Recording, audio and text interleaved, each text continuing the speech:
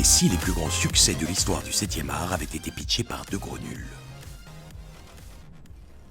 Vous avez 2 minutes. Eh ben c'est super, on vous le fait comme ça. Vous allez voir, c'est génial. En plus on est hyper bien préparé, donc Un truc de dingue, je commence une phrase, je la termine, c'est super. ça rebondit. Le projet c'est hyper audacieux, ça s'appelle Star Wars. Ah ouais. Je vous emmène, ça commence. L'espace, le futur. Non, pas du tout. Les gens font la faute, mais en fait c'est dans le passé.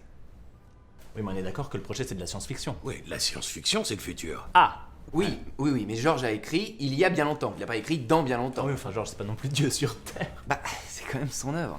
1 minute. Oui, ça y est, on y est. Donc on est dans l'espace, et là il y a un immense vaisseau qui surgit. Un vaisseau futuriste.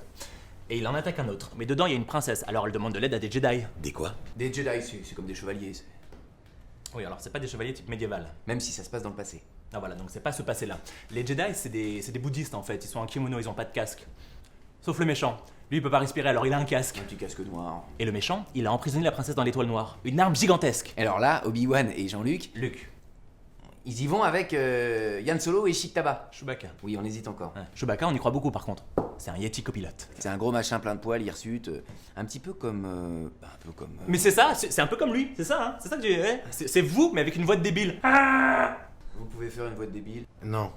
Dommage. Et dans l'étoile noire, Obi-Wan combat Vador. Vador, c'est le méchant, celui qui a le casque. Obi-Wan meurt, et d'un coup... Il disparaît. Et pourquoi il disparaît? Les gens veulent savoir. Les gens ont le droit de savoir. Il disparaît parce qu'il ne fait plus qu'un avec la force. Et boum! Ah ouais, ça tient la route. Ah bah on est content que ça vous plaise. Hein. C'est vrai, parce que nous, on peut vous le dire, au début, la force. Un fluide magique qui peut tout contrôler. Pop, pop, pop, pop, pop. Ouais, c'est peut-être un peu la fausse bonne idée du projet d'ailleurs. Mais c'est pas grave, Non. il y a un Yeti copilote. Pour vous dire, on a même pensé à une suite. Et là, c'est le Millennium Condor. Vas-y Chico, mets la gomme. Hey Vador, il coupe la main de Luke et il lui dit Je suis ta mère. A priori, on restera sur la mer. Ouais. Et puis tout est dans la musique. Pam, pam, pam, tam, tadam, tam, tadam. Tam, tam, tadam, tam, tadam, tam,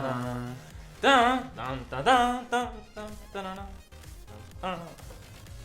C'est génial. On va peut-être faire un single.